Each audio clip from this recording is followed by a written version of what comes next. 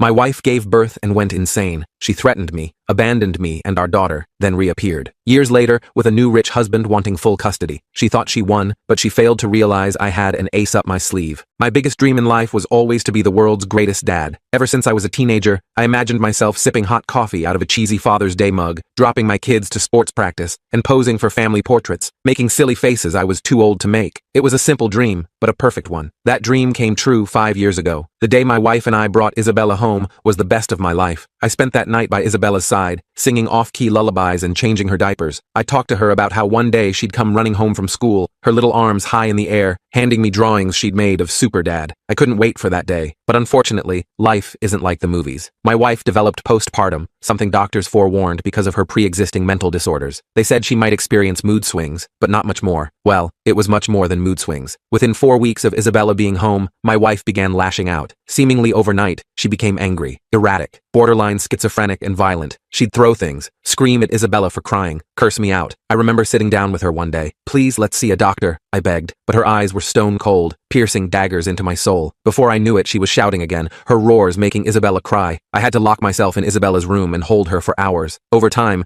my wife's temper turned Isabella fearful. She began barely responding to me. The silly faces I made that she used to laugh at now resulted in empty stares. Her cries were no more than quiet, scared whimpers. She was no longer the happy kid growing up in a warm, loving home. Instead, she was a scared, terrified girl who had even stopped crying just to not give her mother a reason to yell. I remember feeling like a failure every time I held her. It's actually on her first birthday, I decided I was done. She spoke her first words that day. Stop. I was confused at first, but then it hit me. Throughout the first year of her life, she had heard me begging her mother to stop more times than she heard the words mama or dada. That's why she was saying stop. My heart shattered, and I initiated the divorce process not long after. The divorce was tough, extremely tough. My wife was nastier than ever. She manipulated me into getting my house. "Family courts favor the mother," she threatened. I called her bluff at first, but then she sent me pictures of self-inflicted bruises on her body. Fearing she would say I hurt Isabella next, I conceded, and after the divorce was done, I used whatever I had left to rent the cheapest one-bedroom apartment I could. The day me and Isabella moved in was the hardest of my life. It was like the world was ending, like everything was imploding. But then I looked at Isabella, and she was giggling while playing with hand. "Dada," she said, biting my thumb. I almost cried. This was the first time she called me Dada, and that single word, that cute little Dada, gave me all the motivation I needed. Slowly but surely, I started working my way back up in life. Sure, it was hard. I barely slept, eating air for breakfast, just to buy Isabella new clothes and toys as she grew. My eye bags were heavy. Truthfully, I felt like a zombie. But then I'd see Isabella's precious smile, and it would fuel me to wake up in 4 hours and go again. Over time, Isabella changed too. She went from being afraid to cry, to bawling her eyes out when she needed a diaper change. Most would have found it annoying, but I found it beautiful. She was overcoming her trauma. Soon, she started hugging me and demanding cuddles. As she got older, she began refusing to sleep until I told her a story. And then came the day that changed everything. I came home from work on a random Wednesday to find her drawing. She told me to close my eyes and wait, so I did. And when she told me to open them, I burst into tears. It was me and her as stick figures, holding hands, with "Best Dad Ever, I Love You" written on top, and a little note for me on the other side of the page. I looked up at her, and her brown eyes sparkled, gleaming against the light. I scooped her into my arms and nuzzled her into my chest, trying to hold back tears, but I couldn't do it. I cried on her shoulder, my tears streaming like a river. She wiped my tears with her sleeve and told me if I was crying, she needed to cry too. She then burst into a dramatic fake cry that made me laugh. It was the best day of my life. Sadly, what followed was the worst day of my life, because not even a week later, her mother contacted me. She wanted Isabella and was taking me to court in an attempt to gain full custody. Not visitation, not shared custody, full custody. The paper trembled in my hands as I read it. According to her petition, she'd made significant life changes and could now provide a stable and nurturing environment for Isabella. She claimed I had alienated the child from her mother and prevented a healthy maternal relationship. It was all lies. She was the one who disappeared for over 3 years, but now she wanted to swoop in and take Isabella away from the only stable home she'd ever known. I collapsed onto the couch, trying to figure out how to fight this. I couldn't afford a good lawyer. We were stable but not well off. I called the only attorney I knew, a guy who'd helped me with the initial custody arrangement. He reviewed the paperwork, and his face got grim. Apparently,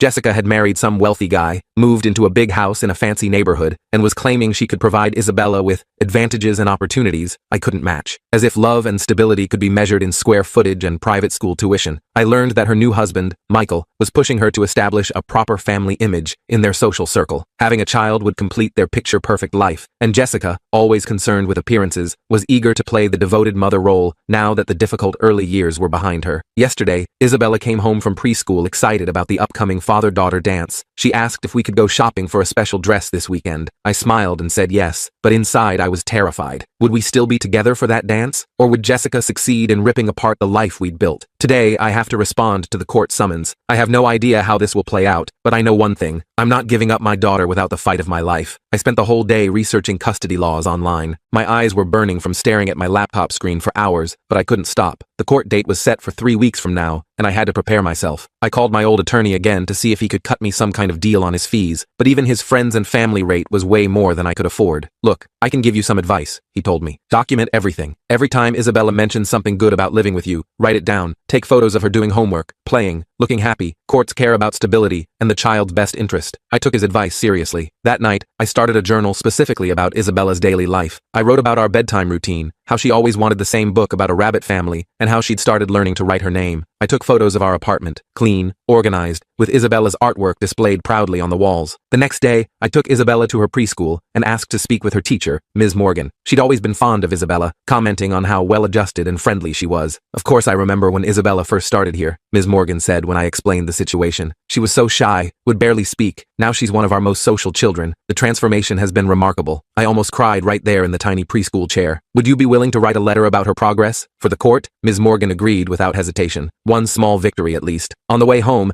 Isabella chatted happily about the class pet, a hamster named Cheese. For a moment, watching her in the rearview mirror gesturing excitedly, everything felt normal. Then I remembered the court summons sitting on my kitchen counter, and my stomach twisted. I called my parents that evening after Isabella was asleep. They lived 3 states away and couldn't help much practically, but I needed their support. My mom immediately offered to send money for a lawyer. We've been saving for a new roof, but this is more important, she insisted. I swallowed my pride and accepted. Family helps family. That's what I'd always taught Isabella. The next day, I used the money as a retainer for a lawyer who specialized in family law. Her name was Sarah, and her office was small but neat. She listened carefully to my story, taking notes and nodding. Jessica's absence for 3 years works in your favor, Sarah explained. But judges can be swayed by dramatic turnarounds and second chances. We need to show that Isabella's best interest is to stay with you, the parent who's been constant in her life. I left feeling slightly more hopeful. Back at work, I explained the situation to my boss and asked for flexible hours during the court proceedings. He was understanding. He had kids of his own and knew what was at stake. That weekend, I took Isabella shopping for her dance dress as promised. We found a purple one with sparkles that made her twirl around the store gleefully. The saleswoman commented on what a cute daughter I had, and I felt a surge of both pride and fear. I couldn't lose her. While we were out, I got a text from an unknown number. It was Jessica, asking to see Isabella before the court date. My first instinct was to refuse. She hadn't bothered to see her daughter in 3 years. Why start now? But Sarah had warned me that appearing uncooperative could hurt my case. I texted back suggesting a public meeting at the park near our apartment. She agreed, and we set a date for the following Saturday. I didn't tell Isabella who we were meeting. I didn't want to get her hopes up or confuse her. The night before the meeting, I barely slept. What if Isabella didn't recognize her mother? What if she did, and was upset? What if Jessica tried to manipulate her? The questions kept circling in my mind until my alarm finally went off. We arrived at the park early. Isabella was excited about the playground, completely unaware of what was about to happen. I spotted Jessica before she saw us. She looked different. Designer clothes, perfect hair, expensive-looking sunglasses. Michael stood beside her, presumably the new husband. When she approached, Isabella hid behind my legs, suddenly shy with these strangers. Jessica knelt down to Isabella's level. "Hi, Isabella. Do you remember me? I'm your mommy." Isabella looked confused, glancing up at me for confirmation. I nodded gently, and she turned back to Jessica. "You're in the pictures," Isabella said finally. Jessica's smile faltered slightly, but she recovered quickly, pulling out a gift-wrapped package. "I brought you something special." Inside was an elaborate doll that probably cost more than our weekly grocery budget. Isabella thanked her politely, the way I'd taught her to accept gifts, but she didn't seem particularly impressed. After some awkward small talk, Jessica suggested ice cream. I agreed, and we walked to a nearby shop. Michael barely spoke to me, but was overly enthusiastic with Isabella, telling her about the swimming pool at their house and the room they'd prepared for her. Isabella listened wide-eyed, but kept returning to my side. I could see Jessica getting frustrated by this. "She's just shy," Jessica told Michael loudly enough for me to hear. "Once she's living with us, she'll open up more." I bit my tongue. Making a scene wouldn't help anyone, especially Isabella. The meeting ended after about an hour, with Jessica promising Isabella they'd see each other again soon. As we walked home, Isabella was quiet, clutching her new doll. "Did you have fun?" I asked carefully. "That lady is really my mom?" she asked, looking confused. I nodded. "Yes, but she's been away for a while. Do I have to go live with her now?" My heart broke at the worry in her voice. "No, sweetie, you're staying with me. The judge just needs to talk to all of us to make sure everything's okay." She seemed satisfied with that answer, but that night she climbed into my bed around midnight, something she hadn't done in months. The next week was a flurry of preparation.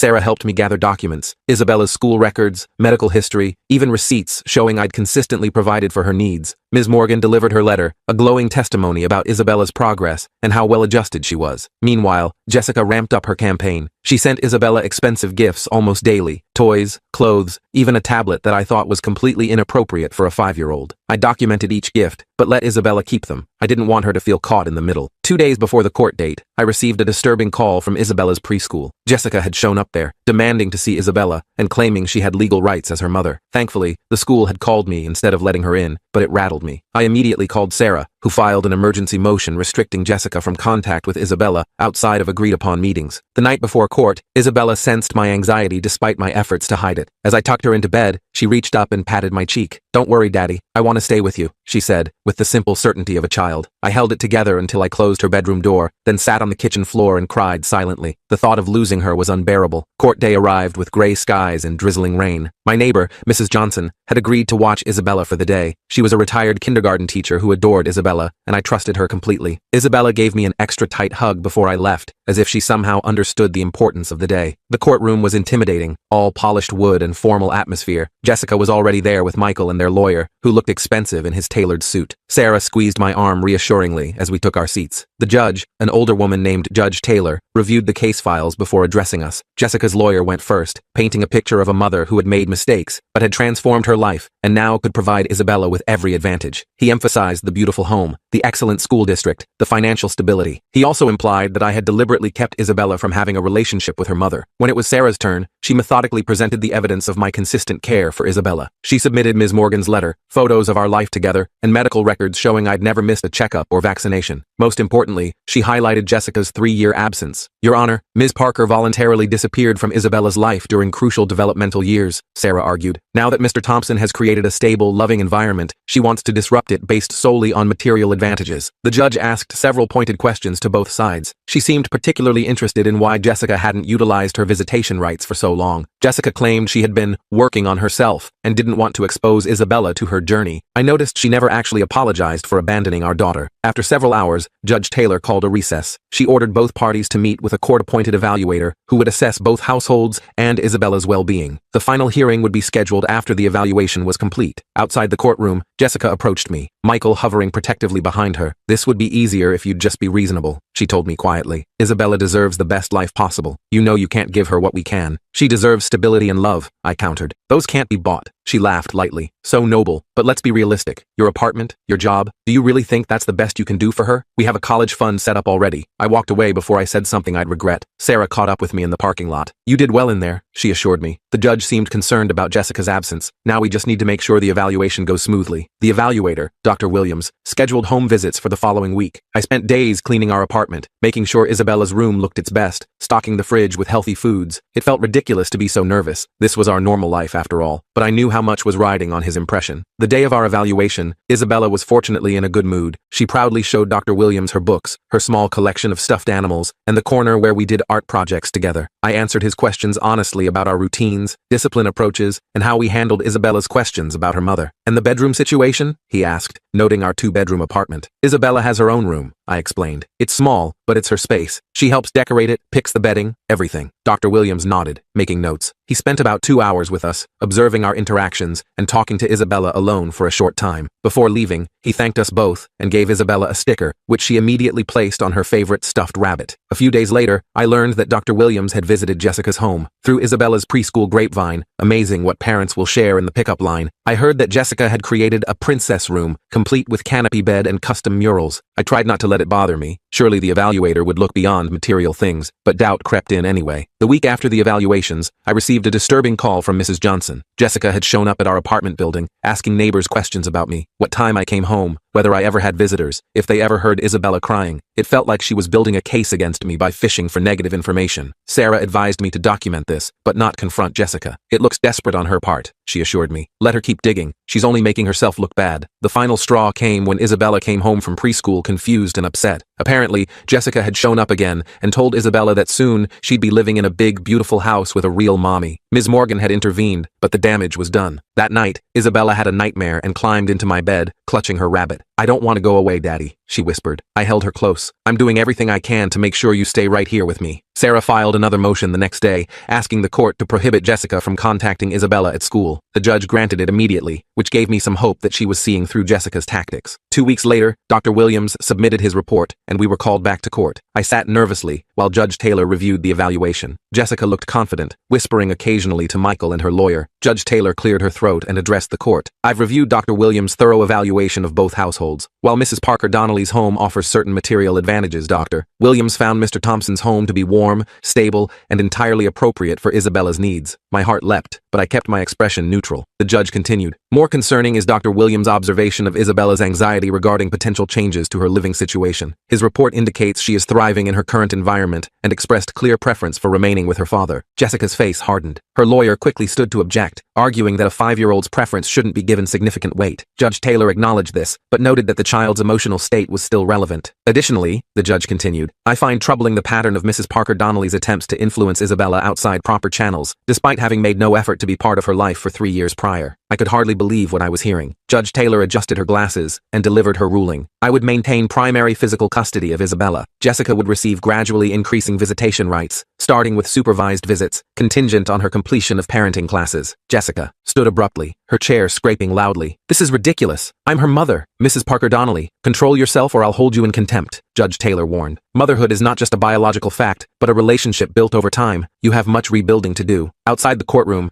I called Mrs. Johnson with the news. I could hear Isabella in the background asking questions. "Tell her I'm bringing home pizza to celebrate," I said, my voice breaking with relief. As I hung up, I saw Jessica and Michael exiting the building. She stopped when she saw me, her expression unreadable. "This isn't over," she said quietly. "I'll be seeing a lot more of Isabella now, and eventually, she'll see which life is better." I took a deep breath. "I hope you do become a consistent part of her life. She deserves that, but don't ever think you can buy her love." She turned away without responding. I watched them walk to their expensive car, feeling not triumph, but exhaustion and lingering concern. This victory was important, but I knew it wasn't the end of our story. Jessica would be part of Isabella's life now, a complication I'd have to manage carefully. That evening, Isabella and I ate pizza on our living room floor, watching her favorite movie. When I tucked her in later, she seemed more relaxed than she had in weeks. "Daddy," she whispered as I kissed her goodnight. "I'm glad I get to stay in our home." "Me too, sweetheart," I said, smiling. "Me too." The next morning, reality set in. Isabella's first supervised visit with Jessica was scheduled for the following weekend. I had to prepare her emotionally while putting aside my own complicated feelings, and I still had to figure out how to afford the ongoing legal fees if Jessica decided to fight the custody arrangement again. But for now, watching Isabella hum to herself as she ate her cereal, I allowed myself to feel grateful. We had won this battle. Whatever came next, we would face it together. I started preparing Isabella the best I could for her first supervised visit with Jessica. I didn't want to make it a big deal, but I also knew she needed some warning. The night before, she got really quiet during dinner. "What if she wants me to call her mommy?" Isabella asked, pushing her mac and cheese around her plate. "I don't even know her." "You can call her whatever feels comfortable," I told her. "Maybe just her name at first. Nobody can force you to say anything you don't want to." The first visit was at this community center place they use for supervised visits. The supervisor was this older lady named Susan, who had a kind face and seemed to genuinely care about making things comfortable for Isabella. Jessica showed up 15 minutes late with another fancy gift. Isabella hid behind my legs until Susan gently coaxed her into the playroom. I had to wait in this sad little waiting room with old magazines and uncomfortable chairs. Those 2 hours felt like 20. When Isabella finally came out, she looked emotionally drained, but okay. Susan gave me a thumbs up, which I took as a good sign. "She bought me ice cream," Isabella told me on the way home, and said next time we could go to the zoo if Susan says it's okay. I just nodded and asked if she had fun. She shrugged in that non-committal way kids do when they're processing stuff. That night, she climbed into my bed again and fell asleep, holding my hand. The visits continued every Saturday. After about a month, Isabella stopped being so anxious beforehand. She even started looking forward to them a little because Jessica always planned some elaborate activity or brought amazing snacks. I couldn't compete with that, but I didn't try to. I just maintained our normal, stable routine. One day after a visit, Isabella came home with her nails painted bright pink with little glitter stars. She was beaming. "Jessica did my nails. She said I could call her that instead of mommy if I wanted, and she didn't get mad or anything." That actually surprised me. Maybe Jessica was finally putting Isabella's needs first. I helped Isabella touch up her nail polish that week when it started chipping, and she talked about Jessica like maybe they could actually have some kind of relationship. Then came the bombshell. About 3 months into the visitation schedule, I got served with papers again. Jessica was requesting a modification to the custody arrangement. apartment. She wanted unsupervised visits and overnight stays every other weekend. Her reasoning? Isabella was clearly comfortable with her now, and the supervisor's reports had all been positive. I called Sarah immediately. She wasn't as concerned as I was. This was expected, she explained. The judge set up the supervised visits as a stepping stone. If they've gone well, the court might grant unsupervised time next. But something felt off about the timing. Isabella had just started talking about the huge playroom at Jessica's house and all the cool toys there. It felt like Jessica was deliberately creating this fantasy world to lure Isabella in. The hearing was scheduled for the following month. In the meantime,